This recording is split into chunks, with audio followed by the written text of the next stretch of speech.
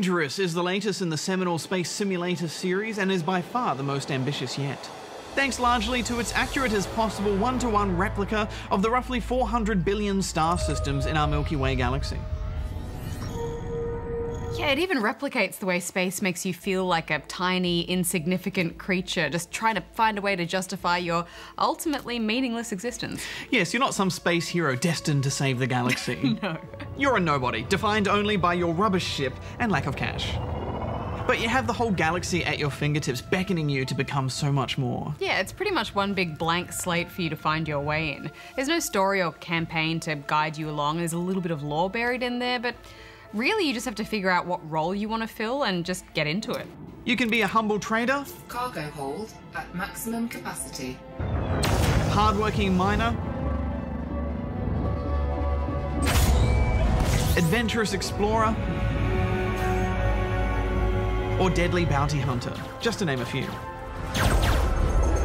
Target destroyed. Each job needs the right tools though. So for example, if you want to be a miner, you'll need to buy yourself a mining laser and a refinery. Now, some of you may remember that we briefly checked this out while it was in beta last year, and we had a few concerns. Yeah, we weren't 100% sold on the combat, and the progress is definitely on the slow and grindy side. Yeah, but I have actually come around on the combat quite a bit. Once I got a few more advanced weapons with auto tracking, I started having a lot more fun. It's still slow and more considered combat than I'd really like though, but I'm sure if we could afford some of the best weapons, we'd be tearing ships apart in no time. Oh, for sure. Sadly though, it will take forever to get those weapons. Yeah, it's really slow going at the start. You've got to put in some decent time doing cargo runs and courier missions to get enough space cash before you can afford to buy your way into a more exciting existence. It's a pretty big commitment, isn't it? After a few days, I'd only scraped together about 100,000 credits, but good upgrades cost a lot more than that, and decent ships cost tens of millions. I'm just not sure I'm willing to invest the time it's going to take to fully appreciate everything this game has to offer. Yeah, you can't sit down and have a quick go of Elite Dangerous. I do like that you have to work hard to earn your place. I just wish it was a little easier to earn a living. But it's good that you can sell back any piece of gear for the same price you bought it for, so you're never punished for trying out different roles. Early on, I found the best source of income was through those bulletin board missions that you find at each space station. Docking successful.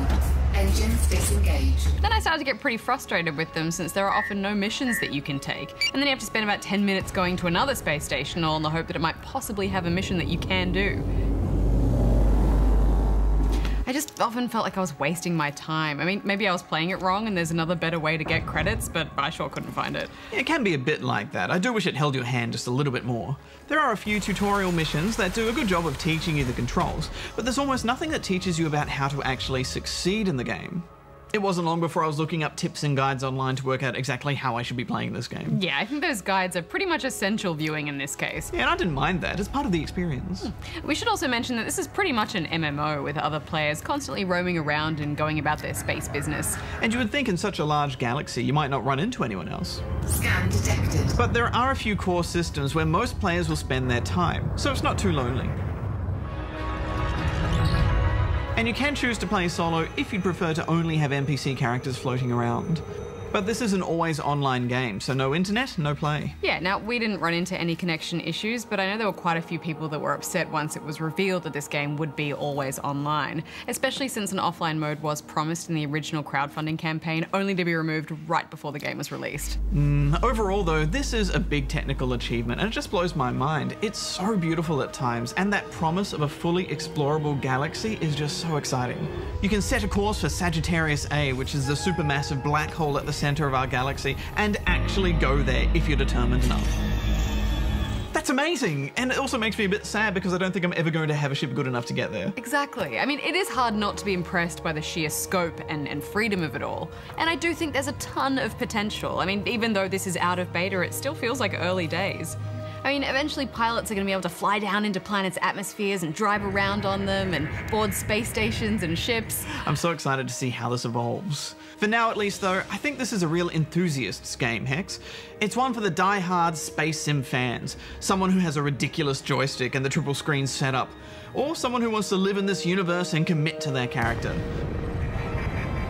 And I'm just so happy there are games out there like this for them. Yeah, and I think if you're after that kind of experience, then you'll get a lot out of Elite. But for me personally, I just don't feel like I was rewarded for the amount of time I put into this. What are you going to give it?